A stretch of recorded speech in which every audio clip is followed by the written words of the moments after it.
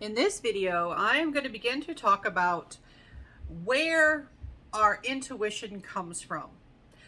We've talked previously about in dual processing, we have two types of thinking, intuition and logic. Logic is the one that leads to fewer errors, but it's harder.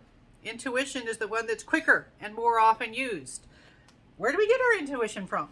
What are the sources? How do we get there? And so the thing about intuition is we do know that it's flawed, it's faulty, all right, but we rely on it. So let's talk about some of the reasons why it may be so dominant in our processing system. Now, one term that's relevant here is the principle of parsimony, or I've also had one professor call it parsimony. I've heard parsimony more often, and this is the idea that basically you want the simplest solution possible. The basis of belief is relying on the simplest answer that accounts for the most of the evidence. So simplest in terms of thinking is often what is most accessible to you. What is the easiest to think of often feels simplest to you. And by the way, with the principle of parsimony, some people will ask, well, is that similar to Occam's razor? You might have heard of that in other classes, and the idea is you try to shave away the layers of an argument to try to make it as simple as possible. Yes, it definitely overlaps with that idea. All right, so when we're talking about our thought processes, we have to talk about mental accessibility. What type of thoughts, what type of evidence, words, ideas, what sorts of mental material comes to us most easily? What is most accessible to us? And so with intuition, it is highly accessible. It just comes out very quickly, very easily. So it has a high ease with which ideas come to mind. So for us, it feels the most parsimonious. It is the simplest to us. So we go with what is simple. Even if it's wrong, we go with what is simple. We go with intuition. Now, accessibility is going to be relevant to some other terms and topics that we're going to talk about for ways that we come up with information. Now, all right, so mental accessibility has to do with how easily, how simple, you have something coming to you. All right, but there's also a related concept of mental availability. Mental availability. That is the knowledge that is present in the mind in the first place. It is available to you. Maybe you were just thinking about something. Like maybe you were just in a class that was talking about a particular topic, and something comes up in the real world, and you're like, that's just like what we were talking about in class. You're going to apply it in that moment because it's very available to you. You were just thinking about it. It makes it more accessible, is more available. And so, this will happen. The things, if you just saw a show about something, you're much more likely to start seeing it in the real world.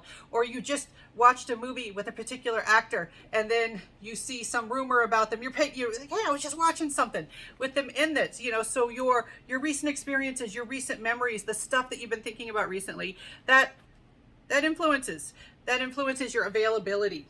And so, with availability, you do have to be exposed to information. For things like word availability, when you're trying to think of a word, sometimes you're just trying to go through your memory source and be like, what's that perfect word to say? But sometimes you've never learned a word in the first place, so you can't use it. You can't use it correctly because you never learned that word. It's not available or accessible to you. So you do have to be exposed to information in the first place to be able to use it. And the thing about how we acquire knowledge, most of our knowledge, remember, is acquired intuitively. It is acquired through that quick process, the easier process than logic. And so we, instead of having a deliberate learning process like in a classroom where you're deliberately taught certain information, a lot of times you just pick up things through experience, through context, through deduction, through trial and error. You know, you hear something come up, like if you're learning new words, somebody uses a word, you're like, I've never heard that word before. Maybe they use a fancy word like discombobulate, and you're like, ooh, that is a word I've never heard before. That's a funny sounding word. Discombobulate. What the heck could discombobulate mean? And you listen to what the person's saying, and you're like, discombobulate. That sounds like getting all mixed up and confused. Ooh, that must mean what discombobulate means. I'm going to start using the word discombobulate and see if that's correct. And if people stare at me, I must have gotten it wrong. But if they say, I got what you're saying, I used it right. And you just kind of pick up on it. And, you know, so you just picked up on that with intuition. You learned a new word by intuition. You heard it. You heard it in context. And you're like, I'm going to absorb that word. I'm going to use that. We also do that with learning facts, learning other types of knowledge. We just pick it up. We learn it in context. You often learn without knowing that you're learning. You know, you're not always in a classroom setting where you're very aware that a learning activity is going on. A lot of things we learn in the real world and we don't realize it's a learning activity. It's a learning experience. Now, with mental accessibility, there are three sources of accessibility, or at least that I'm going to talk about. They are priming, experience, and heuristics. Now I can say a little bit more about each one of these things. Now I'm looking at my time on the video. Do I want to do separate videos? I'm going to go ahead and tell you at least about the first one. All right. So priming. Priming is where you kind of bring information to the forefront. You can prime someone to be thinking about something. All right. And so a relevant term here is a semantic network. A semantic network is sort of a conceptual idea of how we are storing information in our brain. It is kind of hypothetical, abstracted in a sense. But these are mental concepts that are connected together by common characteristics. Like if I were to come into class and I say the word eggs, what's the first word that comes to mind? People are going to say different things. Some people are going to say, you know, bacon. Some people are going to say omelet or chicken. You know, there are different things that you can say, but that's insight into your semantic network, how you store different information. I might mention a particular actor. All right, maybe I'll come in and I'll say, Winona Ryder, what do you think of first? Some people might think of Stranger Things first. People from my generation probably think of Heathers first, or Lydia on Beetlejuice. You know, there's all sorts of different things you can think of. You know, the idea is we have things stored different ways. You might not know everything Winona Ryder's ever been in. You might not have all the associations that someone has with a particular word. And so with semantic networks, how you have information stored or what associations you have with particular words, particular concepts, that can affect how accessible information is to you. Now with priming, this is like an activation. All right. So like if I say eggs and that gets you thinking about breakfast, if you're not a vegan, all right, get you thinking about breakfast. All right. I have primed you for thinking about breakfast. I have activated the idea of breakfast for you.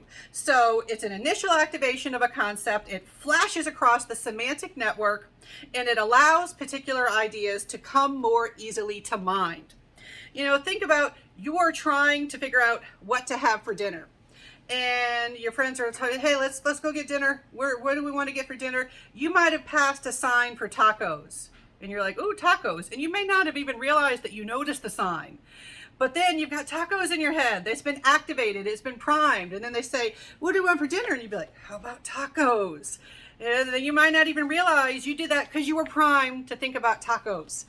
All right. This also can be done without your awareness. Sometimes you don't even realize you've been primed to think about something. They've even done, you know, experiments where they ask people to like think of a word list or to think of ideas, and they will sneak images around the laboratory or the entrance to the laboratory, and people will not even realize they've been primed to think of certain themes, certain images. You know, we do see that this can happen. And so priming affects our mental accessibility.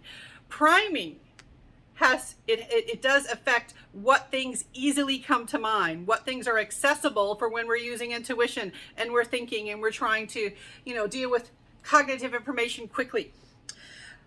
So let's see. Okay, so that is priming. Now, experience also affects your accessibility.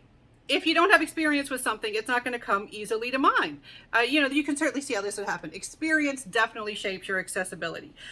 In fact, the textbook that I use, it has the sentence that says, experience is the best teacher. And so there are lots of different studies that have to do with how experience can affect our mental accessibility.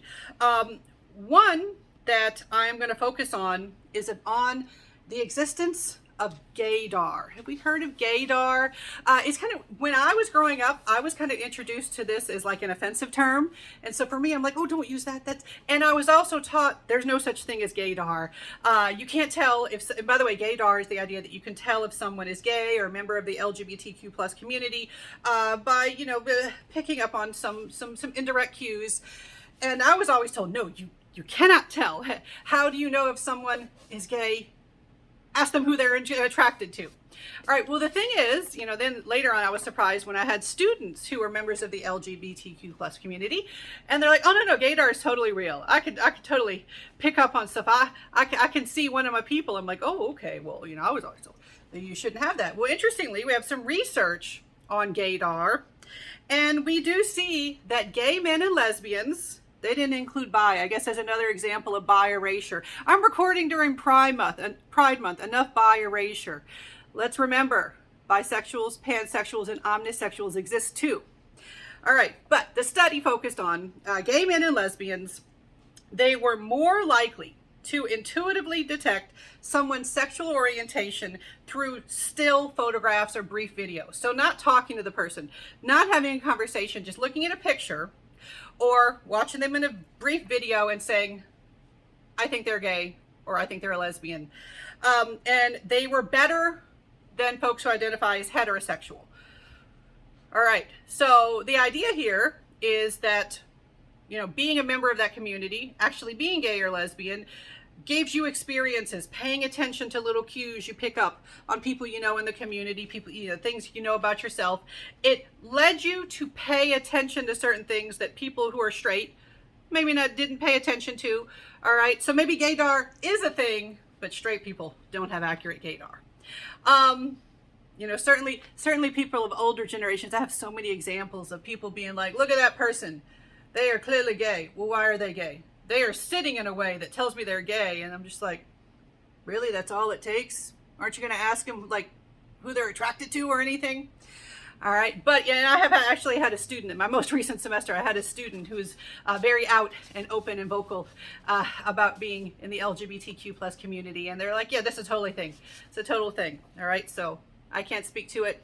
But so we do have this evidence. This is one bit of it. There's other evidence out there, but that's just one bit of evidence that just experience can shape accessibility. It can shape how available certain information may be to you, available and accessible to you. Now, the next thing that can affect availability is heuristics. Heuristics are like these mental shortcuts. I'm going to have a separate video about heuristics. All right, so there's more. It's going to be in a separate video just about heuristics.